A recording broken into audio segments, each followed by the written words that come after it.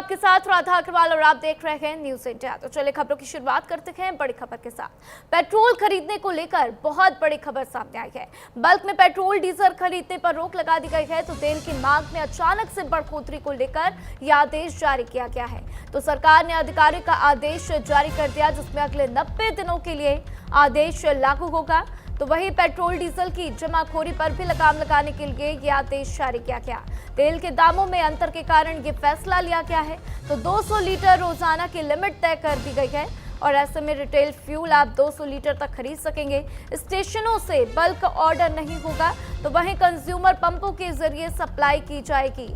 तो देखिए, जिस तरीके से लगातार तेल की खपत बढ़ती जा रही है, उसको लेकर सरकार की तरफ से ये महत्वपूर्ण फैसला, क्योंकि हम देख रहे हैं वेस्ट एशिया में तनाव अभी भी जारी है। हर रोज नए नए बयान अमेरिका की तरफ से सामने आते हैं और जो चुनौतियां भारत के लिए इस वक्त हैं, उन्हीं चुनौतियों को देखते हुए ये सरकार की तरफ से आदेश जारी किया गया है कि 200 लीटर रोजाना आपको तेल मिलेगा, इससे ज्यादा आप नहीं ले सकते हैं। और अगर आपको पूरा ड्रम भरवाना है तो उसके लिए आपको एक्स्ट्रा चार्जेस भी देने होंगे। तो देखिए, सरकार का आदेश है 90 दिनों तक के लिए ये फरमान जारी रहेगा और ऐसे में 90 दिनों तक ज्यादा खरीदारी पर रोक लगा दी गई है। तो बल्क में पेट्रोल डीजल खरीदने पर रोक लगा दी गई, जिसमें तेल की मांग में अचानक बढ़ोतरी के बाद से यह आदेश जारी किया गया है। तो देखिए, सरकार ने एक आधिकारिक आदेश जारी किया, जिसमें साफ साफ कह दिया गया है कि अगले 90 दिनों के लिए आप पेट्रोल डीजल एक तय सीमा में ही खरीद पाएंगे, उससे ज्यादा आप नहीं खरीद सकते। 200 लीटर अधिकतम आप पेट्रोल खरीद सकते हैं, डीजल खरीद सकते हैं, इससे ज्यादा आप नहीं खरीद सकते हैं। अगर आपको ड्रम भरवाना है तो आपको एक्स्ट्रा पैसे भी देने होंगे। सरकार की तरफ से इसको लेकर नोटिफिकेशन जारी किया गया।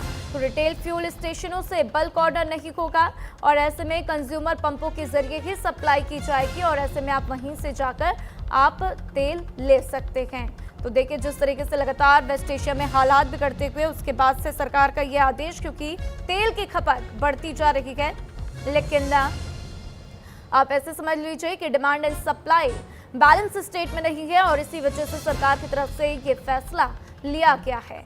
तो जिस तरीके से तेल के दामों में हाल ही के दिनों में बढ़ोतरी हुई, उसके बावजूद हम देख रहे हैं किस तरीके से लगातार उनकी मांगों में बढ़ोतरी होती जा रही है। तेल के दामों में कई बार सरकार की तरफ से दाम बढ़ा दिए गए हैं, चाहे वो पेट्रोल की बात हो, डीजल की बात हो या सीएनजी की बात हो, लेकिन इसके बाद भी तेल की खपत लगातार बढ़ती जा रही और ज्यादा से ज्यादा लोग जो है पेट्रोल डीजल खरीदते हुए नजर आ रहे हैं। कई जगहों पर जमाखोरी भी हो रही है और इसी को रोकने के लिए सरकार की तरफ से ये महत्वपूर्ण फैसला लिया गया है।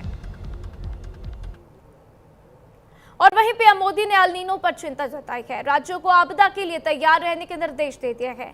सभी राज्यों को पानी बचाने की नसीहत दी गई है। प्रशांत महासागर में तेजी से बन रहा है एल नीनो, इसको लेकर ये संदेश दिया गया है। तो बाढ़, सूखा और गर्मी का असर बढ़ता हुआ नजर आएगा, क्योंकि देखिए जिस तरीके से देश में मॉनसून की दस्तक होती हुई, उसी के बीच ये नई चिंता भी सामने आई है। प्रशांत महासागर में तेजी से विकसित हो रही एल नीनो की स्थिति को लेकर पीएम मोदी ने गंभीर चिंता व्यक्त की है। पीएम मोदी ने राज्यों को संभावित आपदाओं से निपटने के लिए पूरी तरह तैयार रहने के निर्देश दिए हैं और जल संरक्षण पर विशेष जोर भी दिया है। तो विश्व मौसम विज्ञान संगठन ने भी जून से अगस्त के बीच में एल नीनो की 80% संभावना व्यक्त की है। माना जा रहा है कि इसके असर से भारत में मॉनसून कमजोर पड़ सकता है, गर्मी बढ़ सकती है, बाढ़, सूखे जैसी चरम मौसमी घटनाओं का खतरा भी बढ़ सकता है। इसका सीधा असर खेती, किसानी और खरीफ फसलों की बुवाई पर भी पड़ने की आशंका जताई जा रही है। तो देखिए किस तरीके से कुदरती आपदा ने लोगों की चिंता बढ़ा दी है। पीएम मोदी भी बेहद चिंतित है और ऐसे में उनकी तरफ से देश को ये संदेश भी दिया गया कि आप ज्यादा से ज्यादा जो है अपना ख्याल रखें और इस संकट के लिए तैयार रखें, क्योंकि एल नीनो का खतरा देश के ऊपर मंडरा रहा है। और पहले हमने देखा किस तरीके से वेस्ट एशिया में जिस तरीके से युद्ध के हालात बने हुए, उससे भारत परेशान हुआ, आर्थिक अर्थव्यवस्था पर बड़ा संकट गहराता हुआ नजर आया। लेकिन अब हम देख रहे हैं किस तरीके से ये मौसमी बदलाव जो है लोगों के लिए परेशानियां खड़ा करेगा। तो वहीं देखिए, देश के 197 जिलों को लेकर अलर्ट में सरकार आ गई है। एल नीनो पर आपात योजना की तैयारी है। कृषि मंत्रालय की राज्यवार आपात योजना, तो किसानों के लिए वैकल्पिक फसलों, बीजों की व्यवस्था की गई है। बारिश, सर्दी और गर्मी तीनों का मिजाज बदलता हुआ नजर आएगा और ऐसे में देखिए लोगों के जीवन पर भी असर पड़ेगा। खास तौर से किसानों के जीवन पर इसका पूरा असर देखने को मिलेगा। तो हो सकता है इस बार किसानों को काफी नुकसान भी हो जाए, क्योंकि जिस तरीके से मौसम में बदलाव हो रहे हैं उसके बाद हर साल हम देखते हैं कि किसान अपनी चिंता व्यक्त करते हुए नजर आते हैं और इस बार भी लोगों के ऊपर ये बड़ा संकट आता हुआ एल नीनो पर आपात की तैयारी जो है वो लगभग पूरी की जा रही है। उसके लिए सरकार ने आदेश भी दिया है। तमाम अधिकारी इसको लेकर चिंतित हैं और निगरानी भी कर रहे हैं कि किस तरीके से देश को इससे बचाया जा सके, खास तौर से किसानों को किस तरीके से इससे बचाया जा सके। और वहीं मशहूर शूटर जसपाल राणा का निधन हो गया। दिल्ली के साकेत मैक्स अस्पताल में उनका निधन हो गया। दिल का दौरा पड़ने से जसपाल राणा का निधन हो गया। तो मनु भाकर के कोच थे जसपाल राणा, जो कि 49 साल की उम्र में उन्होंने अंतिम सांस ली है। तो कुछ दिन पहले राणा की सर्जरी हुई थी। एशियाई खेलों में 4 गोल्ड मेडल भी उन्होंने जीते थे। राष्ट्रमंडल खेलों में भी कई मेडल राणा ने जीते थे, अपने नाम किए थे। जर्मनी से लौटने के बाद उनकी तबीयत अचानक से खराब हो गई और उसके बाद आज उन्होंने सभी को अलविदा कह दिया है। तो मशहूर निशानेबाज जसपाल राणा का निधन हो चुका है। 49 साल की उम्र में उन्होंने अपनी अंतिम सांसें ली।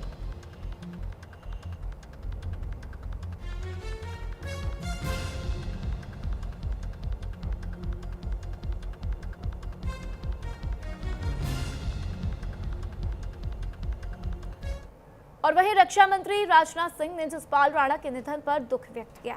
शूटिंग को लोकप्रिय बनाने में अहम भूमिका उन्होंने निभाई है, ये बात राजनाथ सिंह की तरफ से कही गई। जसपाल राणा बहुत ही नेक दिल के इंसान थे, उनकी तारीफ करते हुए रक्षा मंत्री नजर आए। तो साथ ही रक्षा मंत्री ने आगे कहा कि दुनिया में भारत का नाम उन्होंने रोशन किया है, भारत को एक नई उपलब्धियां दी है, एक नई पहचान भारत को जसपाल राणा ने दी है। तो देखिए उनके निधन पर रक्षा मंत्री राजनाथ सिंह ने दुख व्यक्त किया और इसी के साथ एक्स पर ये पोस्ट उनकी तरफ से किया गया है, जिसमें उनकी उपलब्धियों का जिक्र करते हुए नजर आए, उनकी तारीफ करते हुए नजर आए और उन्होंने बताया कि किस तरीके से जसपाल राणा ने न सिर्फ अपना बल्कि भारत का नाम भी पूरे विश्व में ऊंचा किया है। और वहीं देखिए टीएमसी के बागी सांसदों की चिट्ठी सामने आ गई है। न्यूज इंडिया के पास बागी सांसदों की चिट्ठी है। तो चिट्ठी में टीएमसी के 19 बागी सांसदों के हस्ताक्षर हैं। बागियों की लिस्ट में सायोनी घोष का भी नाम है, बापी हल्दर, शर्मिला सरकार, इसी के साथ प्रसून बंदोपाध्याय का नाम भी इसमें शामिल है। जगदीश वर्मा, असद कुमार, अरूप चक्रवर्ती का नाम भी सामने है। तो रचना बनर्जी, खलीलुर रहमान, अबू ताहिर खान का नाम है। साथ ही दीपक अधिकारी, जून माल्या, पार्थ भौमिक का नाम भी शामिल है। तो 18 मई को लोकसभा स्पीकर को चिट्ठी लिखी गई थी। बागी सांसदों ने अलग गुट बनाने की भी मांग की। तो देखिए तृणमूल कांग्रेस के बागी सांसदों ने पार्टी नेतृत्व के खिलाफ बगावती रुख अपनाते हुए लोकसभा में एक अलग गुट, एक अलग फ्रैक्शन बनाने की मांग कर दी है और इसी को लेकर ये चिट्ठी सामने आती हुई।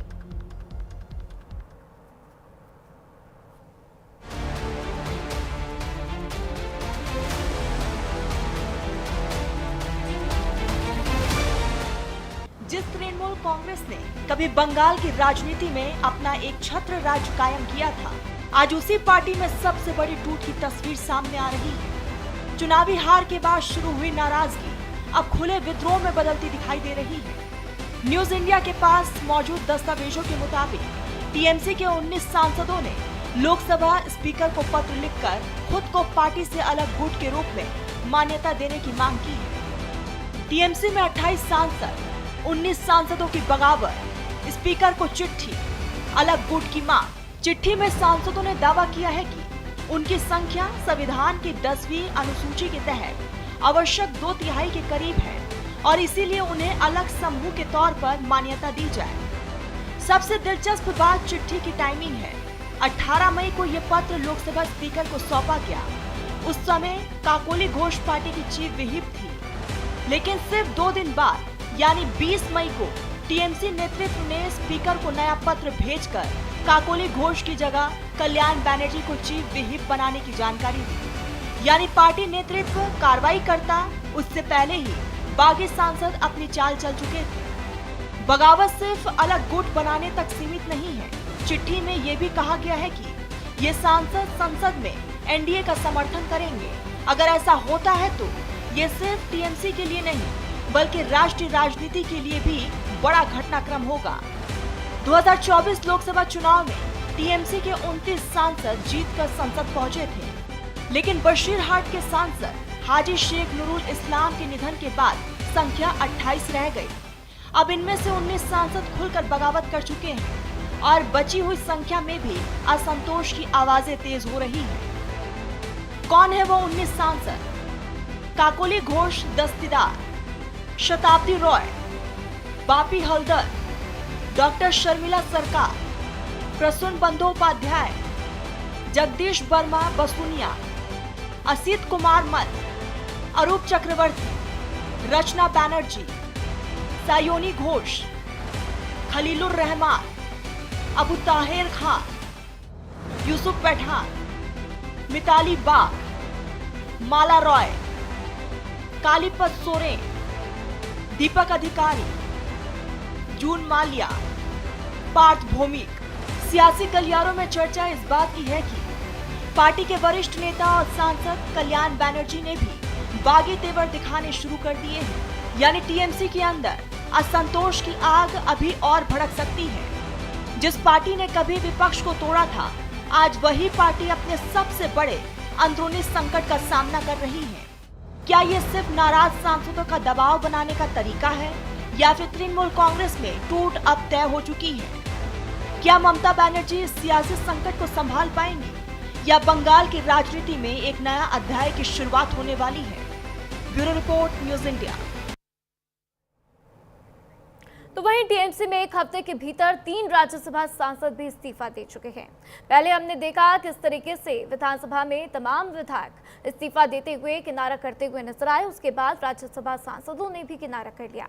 पहले सुखेंदु शेखर रॉय, फिर सुष्मिता देव और प्रकाश शेखर बड़ाइक ने भी पार्टी छोड़ दी और राज्यसभा से किनारा कर लिया है। उधर सबसे हैरानी वाली बात यह है कि कल्याण बनर्जी ने भी ममता बनर्जी के सामने मुझे चुनिए या अभिषेक बनर्जी को जैसा अल्टीमेटम देकर सियासी हलकों में हलचल काफी बढ़ा दी है। हालांकि ममता की ओर से दावा किया गया कि पार्टी एकजुट है, जिसको जाना हो जाए, लेकिन इतना तो तय है कि लगातार इस्तीफे और बागी सुर ममता बनर्जी की मुश्किलें भयंकर रूप से बढ़ा रही है। ये रिपोर्ट देखिए।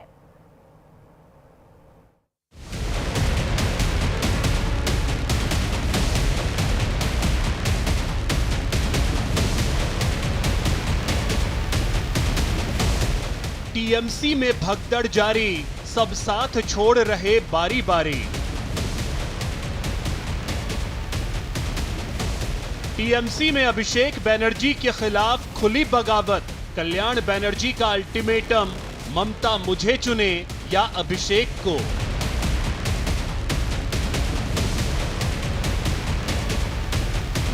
कल्याण बनर्जी ने अभिषेक बनर्जी को अहंकारी कहा।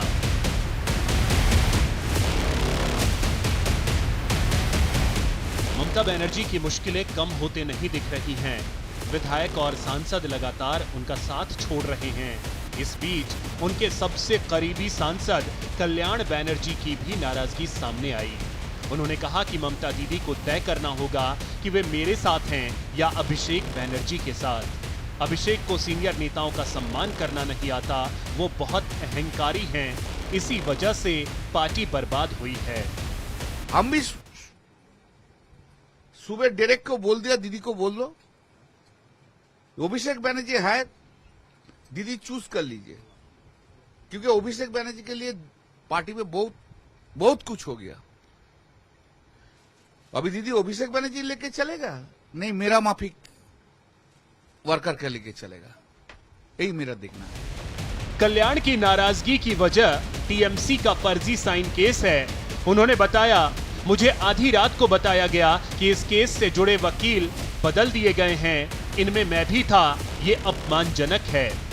इधर टीएमसी के राज्यसभा सांसद प्रकाश चिक बड़ाइक ने राज्यसभा के सभापति सीपी राधाकृष्णन को इस्तीफा दे दिया।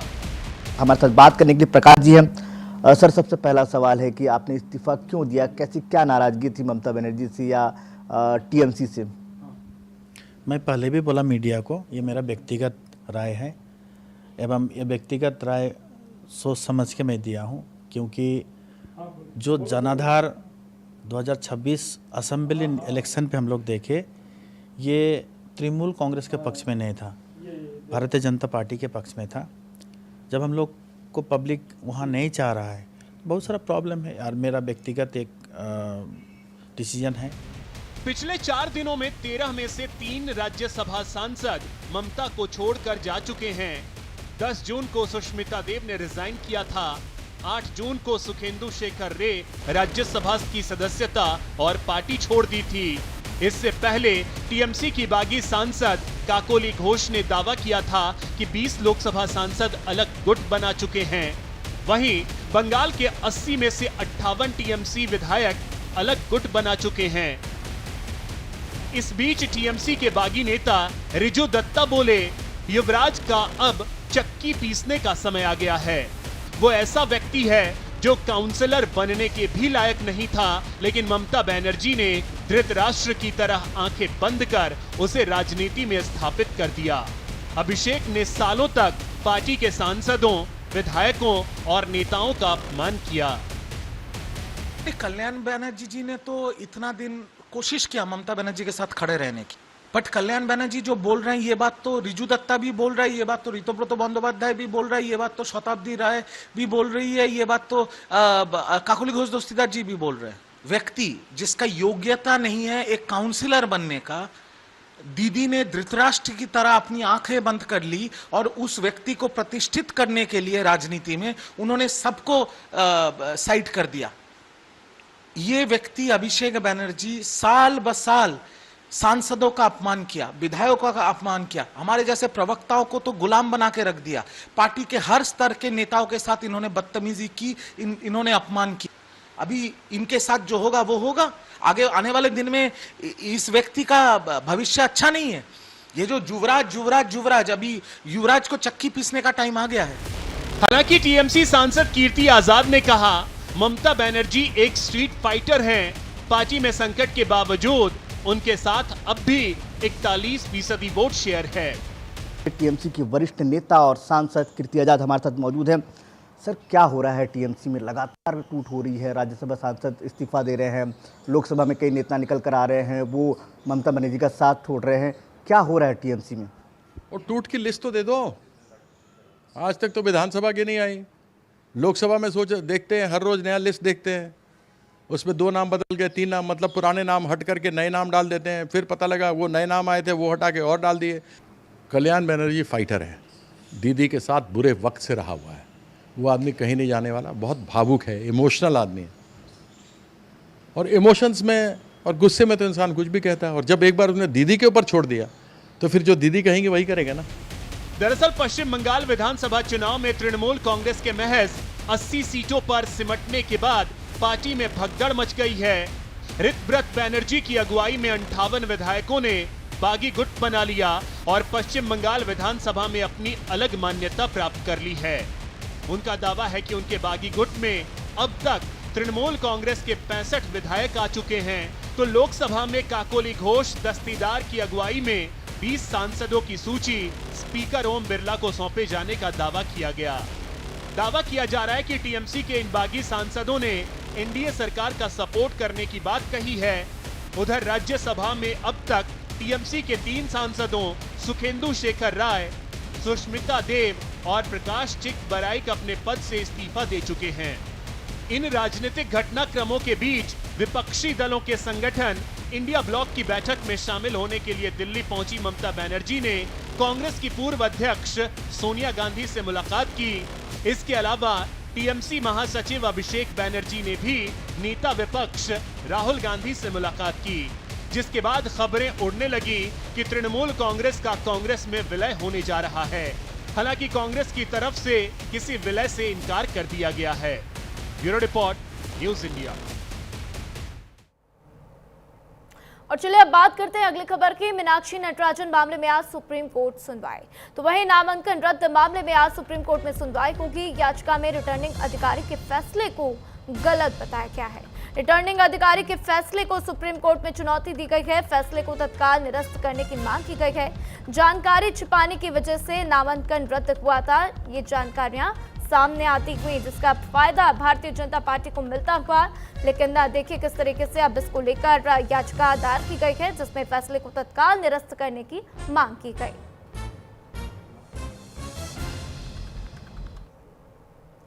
मीनाक्षी नटराजन का नामांकन रद्द करने का मामला, जिसमें नामांकन खारिज करने के विरोध में कांग्रेस का जोरदार प्रदर्शन। नामांकन रद्द को लेकर कांग्रेस का मार्च देखने को मिल रहा। 24 अकबर रोड से राष्ट्रपति भवन तक ये मार्च। तो देखिए किस तरीके से कांग्रेस इस पूरे मुद्दे को बनाने की कोशिश में जुटी हुई। कांग्रेस का कहना है कि गलत तरीके से नामांकन को खारिज किया गया।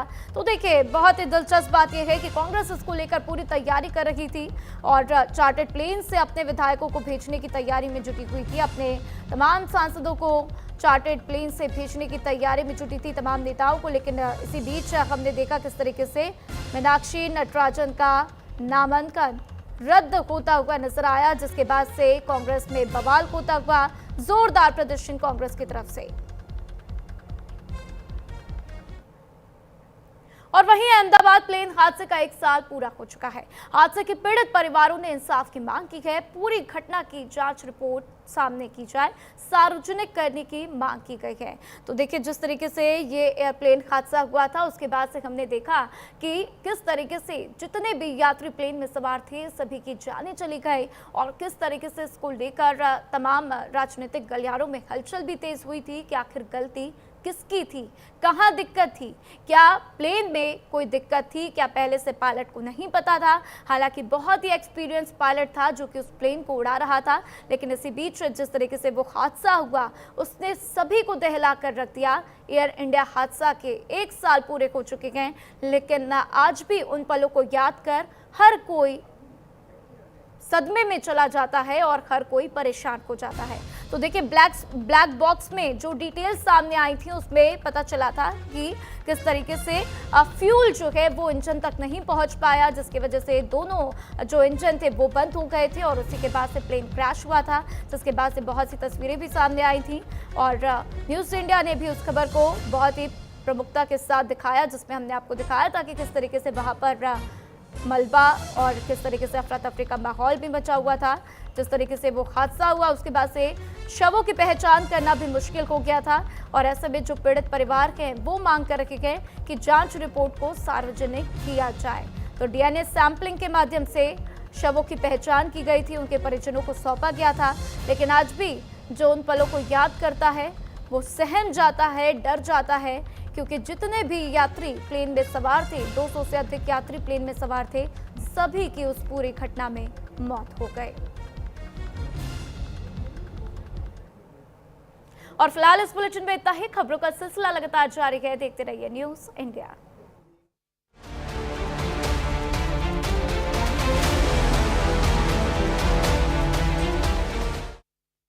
यशस्वी प्रधानमंत्री श्री नरेंद्र मोदी